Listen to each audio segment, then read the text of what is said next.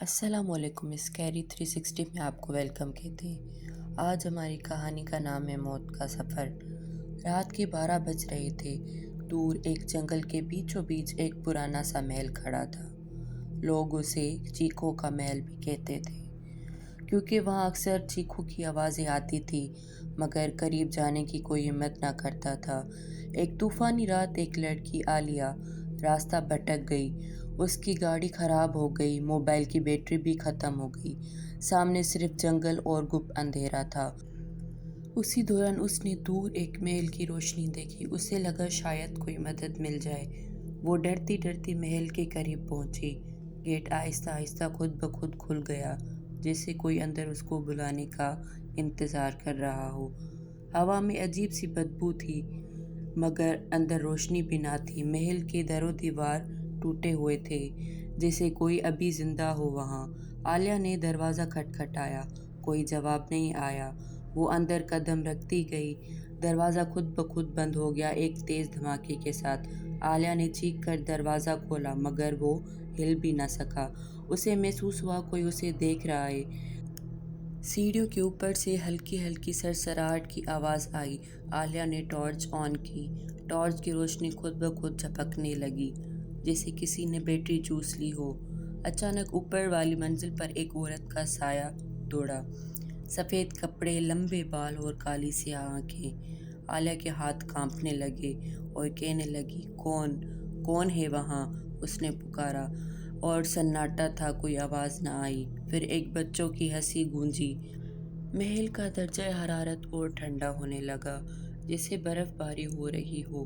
عالیہ نے اوپر جانے کا فیصلہ کیا۔ ہر قدم پہ لکڑی کی سیڑھی چرچرا رہی تھی۔ سیڑھی کے بیچ سے کسی نے اچانک اس کا پاؤں پکڑ لیا۔ وہ چیخ پڑی۔ نیچے دیکھا، کسی کی ہڈیوں والی انگلیاں تھیں، سیڑھی کے بیچوں بیچ نکل رہی تھیں۔ اس نے پاؤں چھڑایا اور بھاگتی ہوئی اوپر پہنچی۔ اوپر بالکل اندھیرا تھا، مگر درمیان میں ایک جھولا موجود تھا۔ جھولا خود بخود ہل رہا تھا، جیسے کوئی بچہ بیٹھا ہو وہاں۔ پھر آواز آئی، امی وہ آ گئی۔ عالیہ کا دل دھڑکنا بند ہونے لگا۔ اس نے ٹارچ کھولی۔ جھولے پر ایک بچہ بیٹھا تھا، مگر اس کا چہرہ نہیں تھا، بالکل صاف، جیسے کسی نے مٹا دیا ہو۔ بچہ اچانک کھڑا ہوا۔ اس کے ہاتھ میں ایک کپڑے کا پھٹا ہوا کھلونا تھا۔ وہ عالیہ کی طرف بڑھا۔ عالیہ الٹے قدموں پیچھے گئی۔ بچہ اچانک غائب ہو گیا۔ صرف اس کا کھلونا زمین پر گرا۔ عالیہ نے سائی سائی کرتی ہوا میں ایک سرگوشی سنی، نیچے مت جانا۔ وہ بھاگ کر ایک کمرے میں چھپی۔ کمرے کے اندر پرانی پارٹیشن گرد اور ایک بڑا آئینہ تھا۔ عالیہ نے آئینے میں خود کو دیکھا، مگر پیچھے ایک عورت کھڑی نظر آئی۔ عالیہ نے پلٹ کے دیکھا، پیچھے کوئی نہ تھا۔ آئینے میں دوبارہ دیکھا۔ عورت آہستہ آہستہ آئینے میں اس کے قریب آنے لگی۔ اچانک اس عورت نے آئینے سے ہاتھ باہر نکالا۔ عالیہ نے چیخ کر دروازہ کھولا اور باہر بھاگی۔ ہال میں ایک لال لباس والی عورت کھڑی تھی۔ اس کی آنکھوں سے خون بہہ رہا تھا۔ اس نے آہستہ سے پوچھا، میری بیٹی دیکھی ہے؟ عالیہ نے سر ہلایا۔ نہیں، عورت چلائی، جھوٹ بولتی ہے۔ پورا محل لرزنے لگا۔ چھت سے جالے گرنے لگے۔ کھڑکیاں خود بخود کھل گئی۔ ایک تیز ہوا کے ساتھ کمرہ گھومنے لگا۔ عالیہ بھاگتی رہی، مگر ہر راستہ بند ہو چکا تھا۔ اس کی سانس پھولنے لگی۔ پھر اسے ایک دروازہ ملا جو کھلا تھا۔ وہ اندر گئی۔ کمرے کے وسط میں ایک عورت۔ عالیہ کے کان میں کسی نے سرگوشی کی، یہ میں ہوں۔ عالیہ پیچھے ہٹی۔ دروازہ بند ہو گیا۔ کمرے میں بالکل اندھیرا تھا۔ لاش آہستہ آہستہ اٹھنے لگی۔ اس کی آنکھیں کھل گئی۔ وہ سیدھی عالیہ کی طرف دیکھنے لگی۔ اس کے چہرے پر کوئی جلد نہیں تھی، صرف ہڈیاں ہی ہڈیاں تھیں۔ اس کا جبڑا کھلنے لگا۔ ایک چیخ نکلی۔ عالیہ پیچھے دیوار سے ٹکرا گئی۔ دیوار ٹھنڈی پڑ گئی، جیسے کوئی برف ہو۔ اس کے بازو پکڑے گئے، مگر کوئی نظر نہیں آ رہا تھا۔ ایک آواز آئی، ہمیں چھوڑ کر کیوں آئی تھی؟ ہم سب مر گئے اور تم بچ گئی۔ عالیہ رو رہی تھی، میں کون ہوں؟ سرگوشی آئی، یہ تمہارا گھر ہے، یہ تمہارا محل ہے اور آج تم واپس آئی ہو۔ اچانک پورا محل روشن ہو گیا، ہر طرف وہی چہرے، سینکڑوں عورتیں، سب عالیہ، سب کی آنکھیں سیاہ، سب نے بیک وقت کہا تم ہم میں سے ہو۔ عالیہ چیخ پڑی، وہ دروازہ توڑ کر بھاگی، مگر نیچے جاتے ہی اسے احساس ہوا وہ محل بالکل بدل چکا ہے۔ در و دیوار خون سے بھرے ہوئے تھے، سیڑھیوں پر ہاتھوں کے نشانات، دیواروں میں سے سر باہر نکل رہے تھے، سب ہنس رہے تھے۔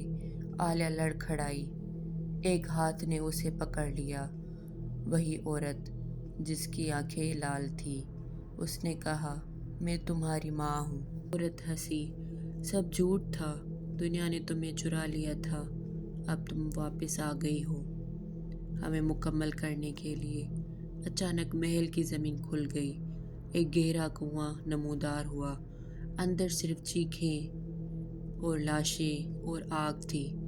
عورت نے عالیہ کو دھکا دیا، عالیہ کنویں میں گرنے لگی، مگر آخری لمحے ایک ہاتھ نے اسے تھام لیا۔ یہ وہی بچے والا سایہ تھا۔ اس نے کہا امی اب وہ تیار ہے۔ سائے نے اسے کنویں کے کنارے پر رکھا۔ عالیہ بے ہوش ہو گئی۔ جب آنکھیں کھلی تو صبح ہو چکی تھی، محل غائب تھا، جسے کبھی تھا ہی نہیں۔ وہ سڑک کنارے پڑی تھی، اس کی گاڑی ٹھیک تھی، موبائل بھی آن تھا، جیسے کچھ ہوا ہی نہ ہو۔ وہ گھر پہنچی، آئینے میں دیکھا، اس کی آنکھوں کا رنگ بالکل بدل چکا تھا، سیاہ، گہرا سیاہ۔ اس کے کان میں کسی نے سرگوشی کی، ہم ابھی ختم نہیں ہوئے۔ وہ چیخ کر پیچھے ہٹی، آئینے میں اس کے پیچھے وہی عورت کھڑی تھی، لال آنکھوں والی۔ عالیہ کی سانس رک گئی۔ عورت نے آہستہ سے کہا وقت قریب ہے۔ اسی لمحے دروازہ بجا۔ عالیہ نے دروازہ کھولا، باہر ایک چھوٹا بچہ کھڑا تھا، وہی بغیر چہرے والا۔ اس نے کہا امی ہمیں اندر آنے دو۔ عالیہ نے دروازہ بند کرنا چاہا، مگر دروازہ بند نہ ہوا۔ بچے کی آواز گونجی، اب تم ہماری ہو۔ پورا گھر اندھیرا ہو گیا، کھڑکیاں ٹوٹ گئیں، دیواروں میں دراریں پڑ گئی، ہر طرف سرگوشیوں کی گونج تھی۔ واپس آؤ محل میں، ہم تمہارا انتظار کر رہے ہیں۔ عالیہ نے چیخ کر بھاگنے کی کوشش کی، مگر اس کے پاؤں زمین میں دھنسنے لگے، آہستہ آہستہ، جیسے کوئی اسے نیچے کھینچ رہا ہو۔ آخری آواز جو سنی وہ وہی عورت کی تھی، بیٹی گھر واپس آ جاؤ۔ زمین اچانک پھٹ گئی اور عالیہ غائب ہو گئی۔ اس کے بعد سے لوگ کہتے ہیں محل ہر رات پھر سے نظر آتا ہے، ایک نئی روح کے انتظار میں۔